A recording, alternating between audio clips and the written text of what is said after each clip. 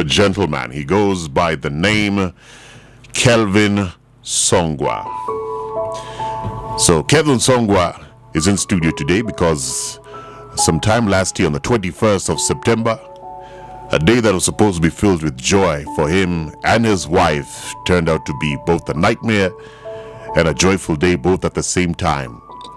On September 21st, at the Mater Hospital, due to amniotic fluid embolism, he lost his wife, but on the same day, that's when his birthday, the birthday to his child, is celebrated. 1 year on, he's picked up the strength and the courage and is here in studio to celebrate God's faithfulness, because it's both torn apart, but he holds his head up high. He's in studio. Good morning, Kelvin. Good morning. How are you? Fine, Nick. Thank you so much for the invite. I appreciate it. Kelvin. Yes. Take me way back. How did it all begin? Tell me briefly about Mrs. Songwa. You were married, yeah? Yes. Okay. Just like any other marriage, we got married in church. That's way back in 2014. No, just like any other marriage, we went through the normal dowry negotiations. We were, received well, the blessings of the parents.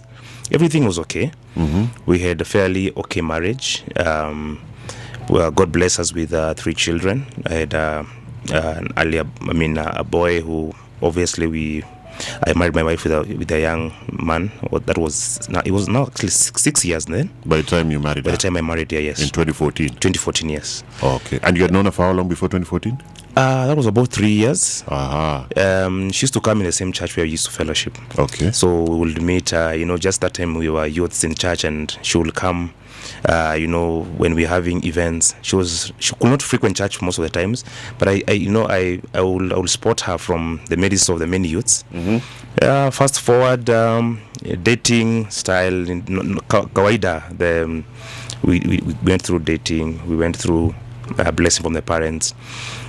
She was a calm lady, very, very well collected, and from a very humble family. And I thank God so much because she really would compliment most of my weaknesses, because then that time I'll find myself in many shugulis here and there, activities, but she will wait for me even if we are going out for a date. So what kind of shugulis were these that were negative that needed to be complimented? All right. I was quite busy because then I was schooling at the same time and also working. Sometimes I'll find myself caught up in those activities, but then we'll still have time to meet and talk and engage ourselves in the same plan for marriage. So are you still going to church at this time, Mama? You had already gotten a girl, you don't need them anymore. No, actually I was going to church. Okay. That time I was a youth leader. Okay. So I would still find myself in church many times. And actually that was part of the many shugulis I had, because I'll find that I have to put up meetings for the youth. I have to engage myself in those activities of the church. Yeah. You know how youth meetings can be. Sometimes you have to remain behind on Sundays and all that. But she will not really find herself in those meetings. So sometimes she will leave. But one of the days when we had an event in church, it was on a Saturday. There was a wedding. Okay. So that is the time at least we happened to talk, and later on she will come to the meetings, and I helped her join the choir, and just like that we kept talking, became very good friends, and we settled in marriage in 2014 through a wedding in the same church. Okay. Fantastic wedding. Many people came. We had attendance of about 700 people. And all these people, I'm a member of church in a different. Member of church, being a leader, and of course you have friends and families, and everyone was very happy for us. We let it open, so people will come from every place, and there was no restriction. So we found ourselves with those many guests, but we were happy to host them. Nice. Yes. So now you get married. She's got 1 kid. So life continues. You got a second one. Yes, so we have this first, of course, the firstborn, the boy. Later on, I got a girl who's now 5 years old. Again, same hospital where this happened. We got this girl, this bubbly, very active girl, and all was okay. She was working. She worked in pharmaceutical, and she will support each other. Yes. Of course, in walks of life, ups and downs. So we will still do that. Now, being in church, later on, I became a youth pastor. So I would also now lead in church services and just events of the church. And she will still follow through and help me through those courses of ministration. She's a very supportive lady. What's her name? Beverlyn. Beverlyn. Yes. Okay. Name was Beverlyn Samba Songwa. Of course, now she had to carry my name. Very supportive, very, very supportive in ministry, in everything. And she became a darling of our family because when she joined the family, she was now the second in the family. Of course, my brother had already married before, my elder brother. Yes. So the journey was fairly okay, and we'll still complement each other through the weaknesses, challenges, and ups and downs in life. Everything was okay until now. This happened because then in last year we were expecting our baby. Yes. And that was so we were so happy because then we had prayed and told God we need a boy in the family together with this girl that already we have. We want to find another boy because already we've a first boy and then this girl. So we were happy to receive these blessings. But then the same year, what was COVID, when COVID was actually really broken out. So we would, most of the time find ourselves at home. I was working from home, but she would still go out once in a while. Then later on, she took a leave because probably around either September or October, we were now expecting the baby. Yes. Yeah. So it happened to the point when we will really find ourselves in ministry. Most of the times we'll host fellowships, we'll host those home services. Then of course she will come back. But she was very strong. Yes. No issues. She had no any chronic illness. And she was okay. Yes. But we found ourselves at a point where ready for going to the hospital, but then not so sure. Why? Because the labor pains had not really frequented because for the previous baby we had, we'll find ourselves at some point we ran to hospital quite faster than it was. Then we found out that this was a false labor, so we had to be very cautious with this one. Okay. So when those pains began, she told me, now we have to be careful. Let's not hurry until I really feel that I really want to go. So 2-3 days, and this day we woke up very early in the morning. I had a Zoom meeting.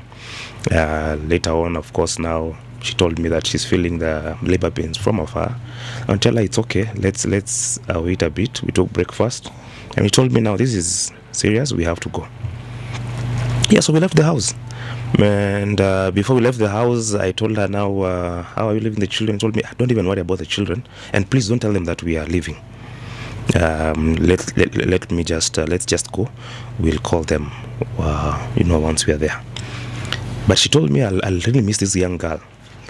I didn't know why. Apparently she said that. She never used to use those words. She never used to say those words. Even the previous one you said of let's just go, we'll talk to them later. She had never used such words before. She'd never used such words before. Most of the times you'll find that just like that, because she was on leave. So she told me that if I'm going to this, I really wanted to spend some time with this girl, but I really miss her. For me, those words didn't sink. I didn't even imagine that anything will happen. How old was your daughter at that time? She was 4. 4? Yes, she was 4 because she turned 5 this year. Yeah, so we left, but I apparently told the boy. I told the boy we are leaving, but we'll come back. Later, she told me not to tell them, but I thought, let me just tell the boy we are going, but we'll come back. Because we were just at home during the holidays. Yeah, so we left the house, went to hospital. We were going to Mata Hospital. Reaching Mata Hospital, we met the doctor. Doctor checked on her and told her she's really ready for admission because she was ready. So we were admitted. being admitted on that day, she was actually the one doing everything. I told her, why don't you let me help you on even filling the forms? Let me help you on even carrying the bag. She said, no, let me just carry them. Let me ask you, Yes. ulitoka na bibi ako na mimba na ukubeba hata bag? Oh no. So, you know what happens is in Mata Hospital, they don't even ask. Actually they don't ask you to come with those bags. You'll come with them later on after the baby has been received. So you are told they just admit you, but other things will come later. So they can't allow you to come with those things. So yes, we were used to this because we had already gone there before. Okay. Yeah, so so this time, for the first time, she carried things along. She carried things along. She's carrying her sling bag. She's carried the documentation. I'm telling her, why don't you use our medical card? She said, I've used that medical card for so long. This time around, I want to use mine because they had an inpatient cover. Okay. So I told her, it's okay. We filled the forms. So I'm just there waiting and told her, let me now help you up. She said, no. In fact, we won't even use the lifts. Let's just go up with the staircase. I told her, it's okay. So we go to the maternity. They did the admission immediately. And we were just going through the process as usual. Obviously, with the frequenting pains, I will still help her along. The kawaida, unasugua mgongo, you give her, emotional support, prayer, and everything. So it was like, it's fairly painful, but we'll make it. I told her, no, we'll make it. You've been there before. This is not any other. You'll actually get out of this. Okay. So she was okay. But I stepped out a bit and came back, still found her still struggling. So I asked her how she's feeling. She told me, where have you been? I told her I was just getting some cup of water, then I come back. Had you gone for water? Ya ukweli ama? In fact, honestly, I really wanted to bite something. I was very hungry because this time is around 1. And, no, in the afternoon, yes. Okay. We left the house around 10. Okay. This was around 1. So she took my hand and told me, please pray for me. I prayed for her. Told me, now these pains are still persisting. So I told her, it's okay, we're almost there. So around 3, she's battled. Around 3, the doctor comes, checks, and doctor says that now she's almost there. She's at 7. So we'll continue. Waiting a bit, just help her. Around that time, immediately the doctor had just left the room. I went for her and we were still just talking. But this time she's not talking so much, but she's just struggling with the pain. So she has slept on one side. So she told me to help her up. When the doctor came and told me, please help her up so that we can now check how far, because I'm pretty sure that we are almost there. So the moment I was just going to help her up, and she was struggling in my hands, she just convulsed. She convulsed and I was shocked. I was wondering what is happening. So I rang the bell. The doctors came.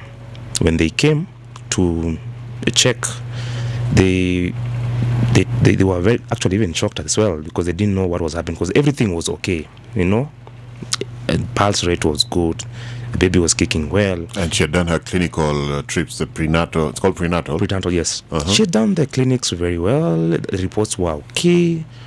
Everything. And actually, even the previous 2 days before, she still was in the same hospital. They did the checks and all that. So everything was fine. Yes. Yeah. So even them, they were shocked that this has just happened at this time. So I was asked to step out, and the doctor started trying to help her up. All the pool of doctors came. The nurses were there. So all I could do is just pray, because that was what I could do best at that time. So I went into prayer. I didn't mind these were means maternity wing. We have women in different rooms, but I didn't mind, because here it was my wife's life at stake. So I really had to seek God's intervention. So I began praying and seeking God and telling God, please help her, save her, for about an hour. So after an hour, everything was actually in that room, my phones and everything. Remember, she told me not to tell anyone about this day. So no one actually was there. I was just there alone with her and the doctors. So I tried to call my mom and my family, just the numbers I could get off it. So I called them and told them we are a bit in a very tough situation right now. She's in emergency. They're trying to help her. Please, you guys just pray. And if you can come, please come. So at this point, I have mixed reactions. I'm just confused because I don't know if she's going to be okay. But still, I'm not so much worried because I felt like it was just something went bad, but she will just resume. And what time is this now? Because you said at around 3 is when she started convulsing, yeah? Yes. Now, this is around 5. 2 hours later? 2 hours later, yes. No word from the doctors? Nothing. You haven't accessed your phone? You call from a public phone at the hospital? No, I actually borrowed a phone from a neighbor who was just next. A stranger? Yes, a stranger. Okay. And I asked her, why don't you just help me with your phone? And she was very kind to help me. And I called. She didn't even mind her airtime. I called many people. And because I said, we're in prayer with you. And my brother said, I'm on my way, I'm coming. Yeah. So around 5, my doctor calls me and tells me, we've tried our best because she got a cardiac arrest. But she is unconscious, but she'll still be well. What we'll do is we're going to take her to ICU, and we've tried to save the baby. They did an emergency CS immediately. So that was about 20 minutes later on. They trying to save the baby. The baby was taken to the baby's unit, and she was taken to ICU. This now is almost not getting to about 6. Yeah, so my brother comes in, and this time I'm so, you can imagine all that hassle from that time to this. I'm so weak, I'm tired. But she's still responding. She seems like she'll still manage to get out of this situation. But again, I'm just wondering what exactly really happened. Yeah, it's still not clicking my mind that something really went wrong, and it looks like it's a very, very serious thing. So for me, my mind are like, well, it happened that way, but it's going to be okay. So we go to ICU. My brother has just arrived, and when he comes and I tell him what happened, and he gives me some moral support. We pray together. So we're just looking at her. So I asked the ICU attendant, so what's going to happen? How is she? What do you think? He tells me that she lost a lot of blood during the emergency CS. She lost a lot of blood? Yes. Okay. So what we are going to do is we might need blood transfusion. So I asked him, do we need to call people to come and help, friends and family? He told me no, for now, not really, but we'll advise.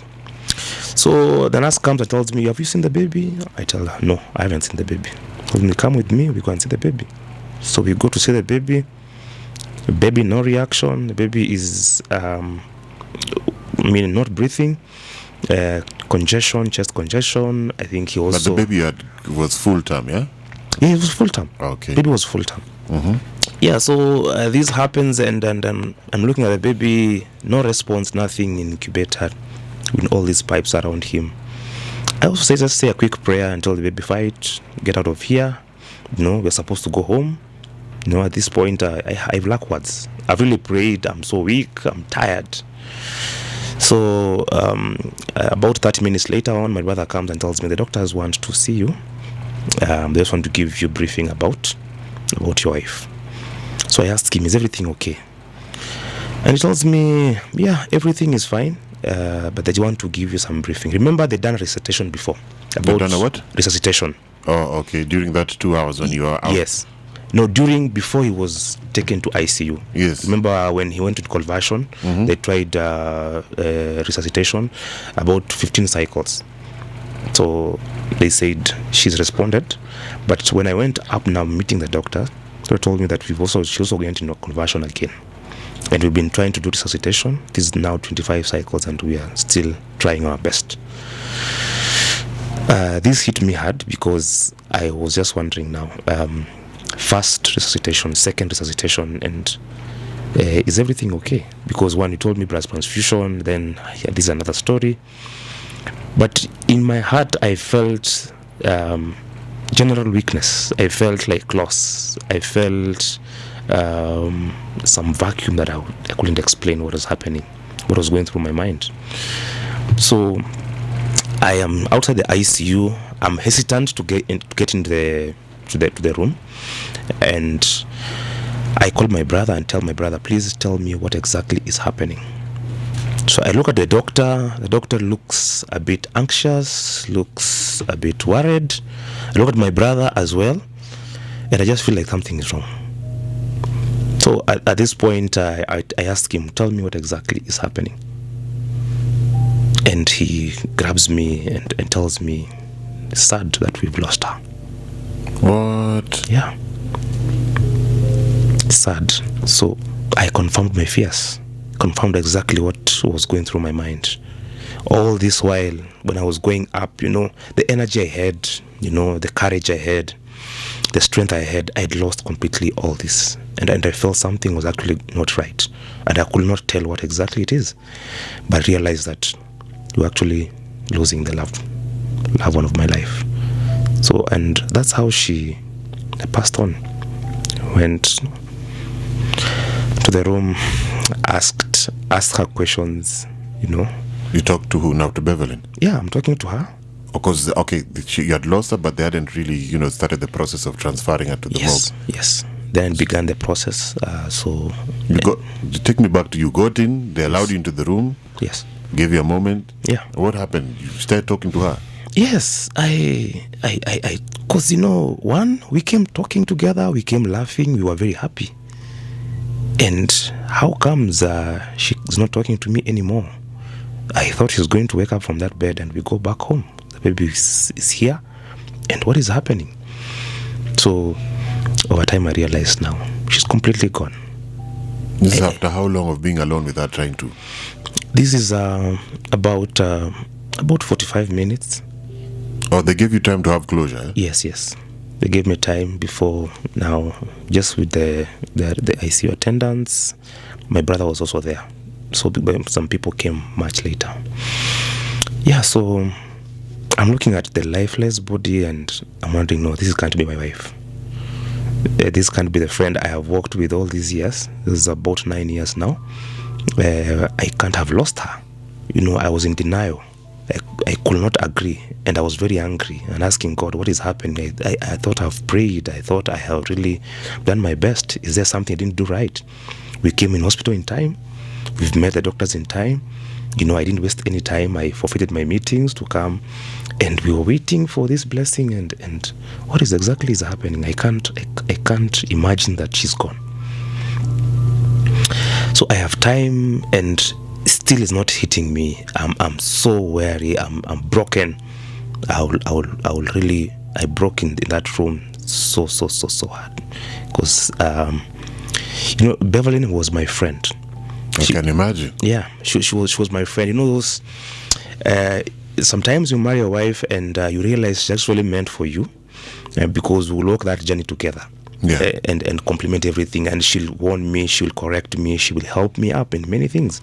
So at this time I'm just thinking, how will I lose a lifetime friend of his, and we had committed our lives together forever. Every time we used to tell each other, it is till death do us part. Till death do us part. And here it is. At how old? We are still young, and we're still having a lot of promises in life, plans and things in future. So it was very hard for me to really agree to this statement that she's lost. She's gone to be the Lord. So now you're staying in the wow. Can imagine the weight on you. Yeah. So you stood there. At what point do you now accept and now walk out? Do they just tell you now it's time to? Honestly, I didn't accept that day. I didn't. I want to be there, and hopefully thinking that she might still wake up. Maybe this is just a bad dream, or she's in coma, or something like that. And I was very angry with the ICU because I asked him, you told me we were to do blood transfusion. Did they do a blood transfusion? No, they didn't. This was just an hour later on. She passed on around 8. So it's like they're just preparing you, because you've told me at some point they told you they've done 25 cycles. Yes. But the doctor's already standing with you, so he knows something that you don't. Yes. I think one of the things later on I come to understand is amniotic fluid embolism is almost like an irreversible situation. What exactly is that? What did you say it's called? Amniotic fluid embolism. What is that? Well, in medical terms, how it's defined is when the amniotic fluid gets into contact with the blood vessel. So it's like a foreign matter in the blood vessel. So it did cause a heart attack, and that to itself, I mean, because the body is fighting on this foreign matter in the blood vessel, and it's trying its very best. So after the much fight, I can't explain it clearly in medical terms, but I think the doctors understand. This caused heart attack, and this heart attack would it opened up. Actually, she was bleeding in almost all openings in the body. So, and this you said amniotic fluid embolism. Does it occur naturally or is it by mistake? Well, they said I think in every 100 women, I think 2 suffer from that. Yes. So it's like an underlying condition that has possibility of happening. Yes, they said it's actually possible for any pregnant woman. It's something which is not a chronic illness that has been there before. It's not caused by anything. Because, I mean, anytime a woman is delivering, amniotic fluid will basically be released. So sometimes they said it might go the wrong direction. So I think that's what I was told with the doctors. And still I could not believe, later when I was even there to do briefing, so that I could actually understand this better. Because this really hit me days, even after burial. Yeah, and I could not get into terms with this. So that was the 21st of September 2020? 2020, yes. That's last year? That's last year. So now she's been cleared to go to the morgue, and now you have to go back home. Yes. So I need to go back home. I'm also wondering, how am I going back home? The children are there. My girl is there. The boy is there, and they're waiting. Remember when we left the house? You said you're coming back with a baby? Yes. And mom will play with her daughter? Yes. Wow. And now I don't have the baby, and mom is not there, and I have to explain where mom is. So I didn't even go to home. I went to my brother's place to just try and collect myself before I could go home the next day. So you left the kids with the household, I'm assuming? Yes. After the news broke out, of course, now my siblings also ran to the house just to be with the children and other friends. And we went with my brother and some other 2 or 3 friends as well. Yeah. So it was quite hard for me. Quite hard. In fact, leaving that place, at some point I was like, I really feel like doctors didn't do their best. I can imagine you go in with someone who's healthy, and a lot of people go to hospital and they feel like something wasn't done right. Yeah. But now sometimes I think you just have to accept. So I'm assuming when you got home, because now you're the pillar of the house now that mom is not there. Yes. How long did it take before you got home with the baby? It took, of course, now burial plans after a week. And actually it was not even promising for the baby to come out of the hospital, because this is a baby who has gone through distress. He had cardiac issues, he had neuro issues, lungs. So he was a baby who probably will stay in the hospital for quite a longer time. Okay. But God was faithful. And again, the bill was also shooting by day, because the baby's on oxygen, incubated. So after burial, they could update us. My prayer was, this baby gets out of oxygen, that will be my best moment. So you got a son or a daughter? Son. I got a son. Wow. Yes, and we actually named him Samuel. We had, thought about the name much earlier, before even the baby came. So we named him Samuel.